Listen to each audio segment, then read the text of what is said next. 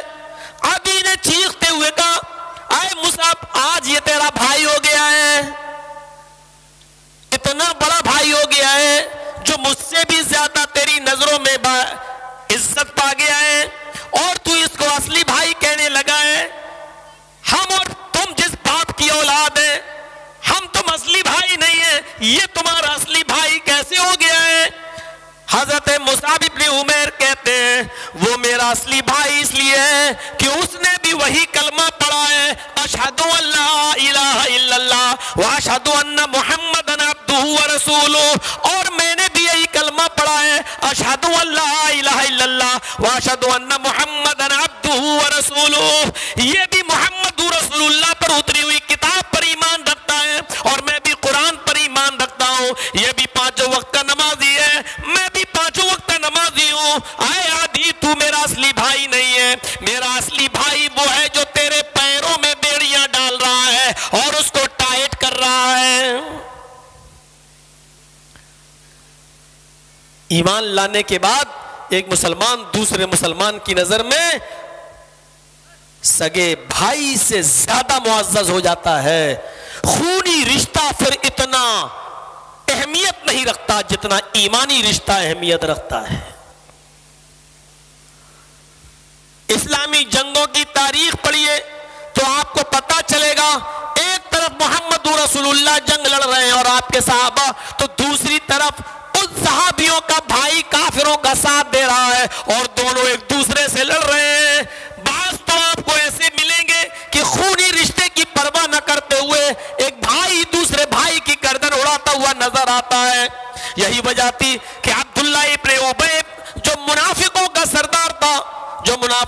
سردار تھا, عبداللہ ابن ابی کا بیٹا جب اپنے باپ کو بھاگتا ہوا دیکھتا ہے, بھاگ رہا اور مکے کی طرف جانا چاہتا ہے, تو عبداللہ ابن ابی نے اپنی تلوار اپنے باپ کی گردن پر رکھ دی اور کہا میں تمہیں مکے میں نہیں جانے دوں گا جب تک کہ تمہارے بارے میں محمد رسول اللہ فیصلہ نہ کر دیں. کہ میرے بیٹے تم مجھے مارو گے؟ ہاں مار دوں گا اگر تم مکے کی طرف جاؤ گے, رک جاؤ یہیں پر, اللہ کے نبی پیچھے پیچھے آ رہے ہیں جب تک وہ تمہارے بارے میں فیصلہ نہ کر دیں. گردن پہ تلوار رکھی ہوئی ہے, باپ نے تلوار ہٹا کر کہا بیٹے تم مجھے نہیں مار سکتے ہو, میں آگے بڑھ رہا ہوں.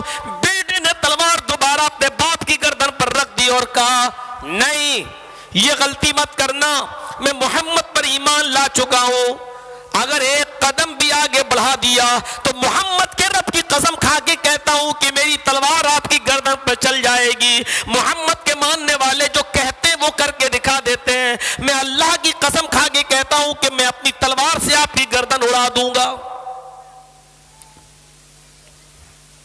واقعہ لمبا ہے اور ہمارے موضوع سے وہ ٹچ نہیں ہے, اس لیے اس کو چھوڑ رہا ہوں آگے.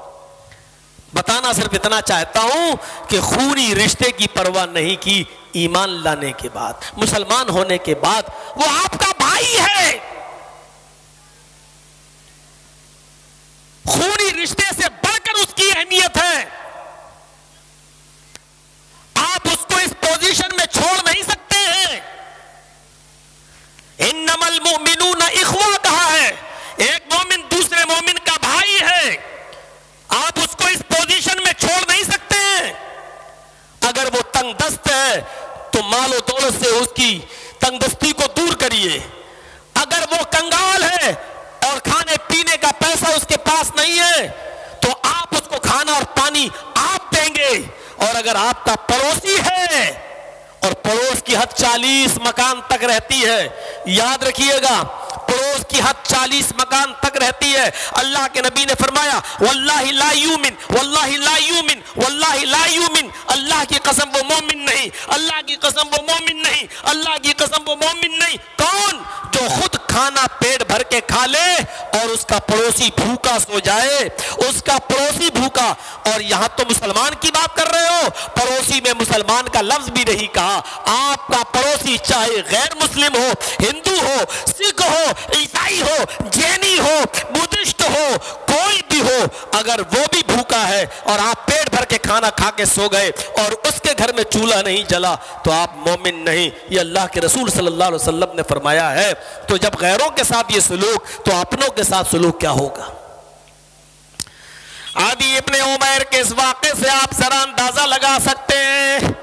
غور کریے، آپ سفر میں 1-2 گھنٹے 5 گھنٹے 24 گھنٹے کے سفر میں اتنی دوستی ہو سکتی ہے، ایک دوسرے کی جان و مال کا محافظ ہو سکتا ہے. تو ایمانی رشتے کی پھر ویلو ہے کہ معاشرے میں اس کی جان و مال کی حفاظت کی ذمہ داری آپ کے اوپر عائد ہوتی ہے.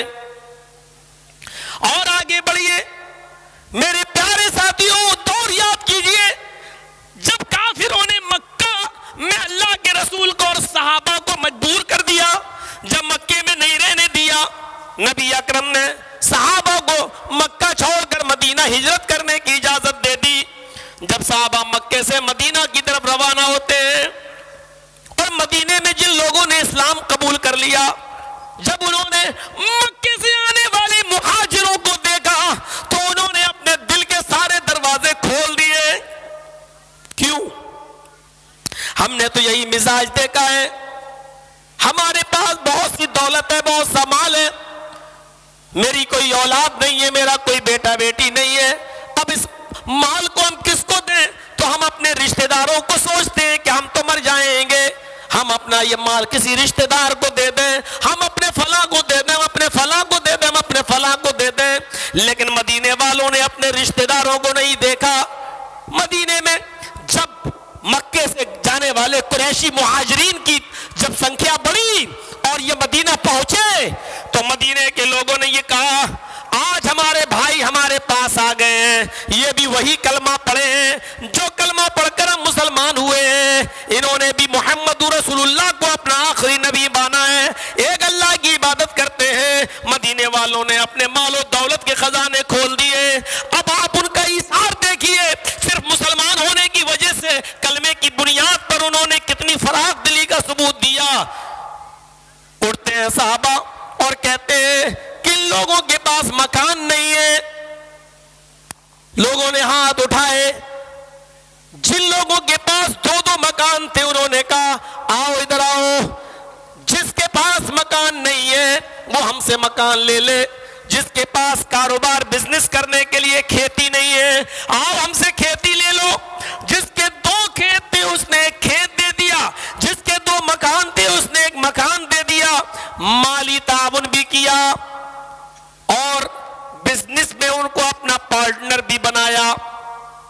اللہ کے نبی صلی اللہ علیہ وسلم نے ان مہاجرین کے جو لوگ ہجرت کر کے مدینے پہنچے، جو لوگ ان میں غیر شادی شدہ تھے، اللہ کے رسول نے مدینے کی انصار کی بیٹیوں سے ان کے ساتھ نکاح بھی کرایا. آؤ مواخات قائم کی. یہاں تو برادری کا بڑا جھمیلا ہے.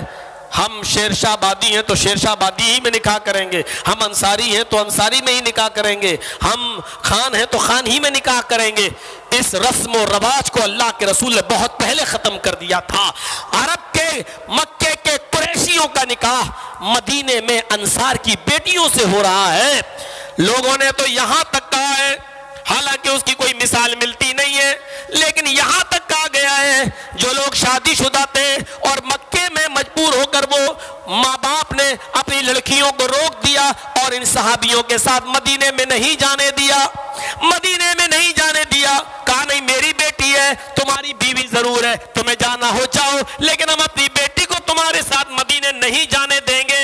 یہ لوگ اپنی بیویوں کو مکہ چھوڑ کر مدینے کی طرف گئے، اپنی بیویوں کو چھوڑ کے مدینہ پہنچے تو مدینے کے انصاریوں نے یہاں تک کہہ دیا جس کے پاس بیوی نہیں ہے وہ ہمارے گھر چلے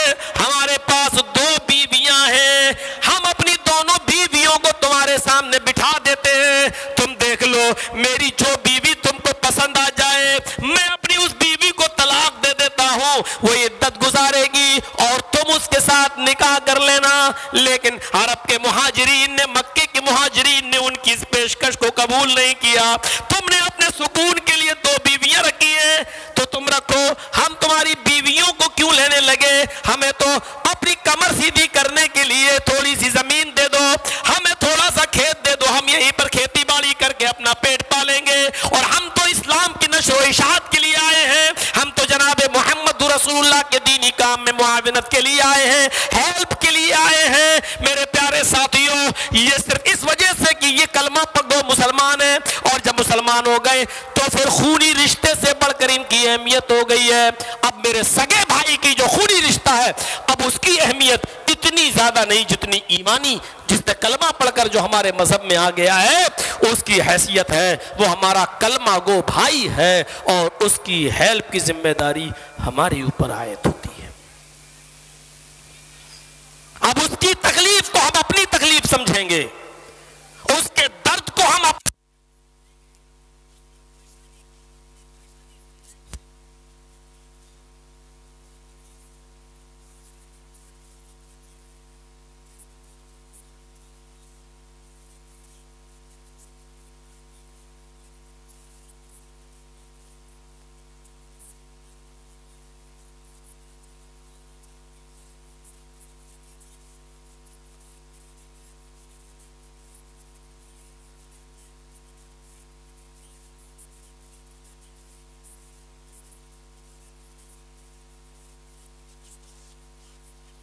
اور آپ کی زندگی انسانوں کی نہیں ہے, اسلامی نہیں ہے, ایک جانور کی طرح ہم اپنے معاشرے میں رہ رہے ہیں. ہم جانور حصے پڑھ کر ہماری حیثیت کچھ نہیں ہے. جیسے جانوروں کو اپنے جانور کی فکر نہیں ہوتی ہے, اسی طریقے سے ہمیں بھی ایک انسان ہے, ہمیں اپنے بھائی کی فکر نہیں ہو رہی ہے. ہم ایک جانور کی زندگی گزار رہے ہیں. ہمیں معلوم ہے ہم بولیں گے اور آپ سنیں گے, ہوگا کچھ نہیں, ہم جانتے ہیں, لیکن ہم بولتے رہیں گے, آپ سنتے.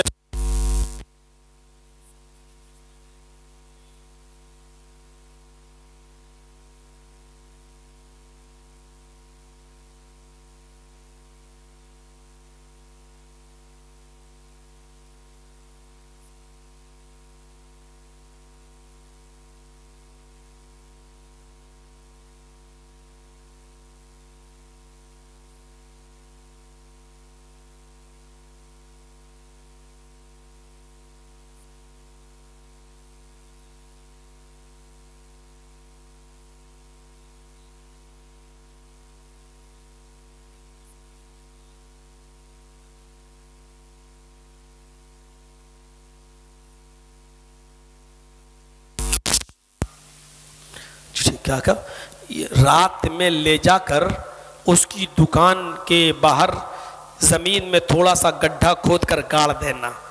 اچھا کیا ہوگا, کیا ہوگا؟ اس کی دکان کے کسٹمر ٹوٹ کر تیری دکان پہ آئیں گے. جب اس کی دکان پہ کسٹمر ہی نہیں جائیں گے تو اس کی دکان بند ہو جائے گی. اور کیا ہوگا؟ ہاں ٹھیک ہے, یہ صورت ہے ہماری. ہم اپنی خوشی سے, ہم اپنی پریشانی سے پریشان نہیں ہیں. یہ کیوں خوش ہے, اس کی دکان کیوں چل رہی ہے. ہمیں جناب محمد رسول اللہ کے انتقال کے بعد صحابہ کے زمانے میں ایک ایسا منظر ملتا ہے. ایک صحابی کی کپڑے کی دکان تھی. ادھر دیکھنا, پتہ نہیں آپ لوگوں نے بھی ایسے حساب سے جلسہ کرا کہ ادھر بھی لوگ ادھر بھی کہاں کہاں نظر ڈالیں. ایک صحابی کی کپڑے کی دکان ہے اور اس کے بغل میں ایک اور صحابی کی بھی کپڑے کی دکان ہے. وہ دونوں, یہاں دکانوں پہ کیا ہوتا ہے, کلیا چک میں جن کی دکان ہے وہ جانتے ہوں گے, کپڑے کی دکانیں لائن سے کھڑی ہوئی ہیں, کسٹمر آ رہا ہے تو دور سے چلاتے ہیں, بھائی ادھر ادھر ادھر, تمہیں کیا لینا, ادھر کیا لینا, یہ بغل والی دکان پہ نہ چلا جائے.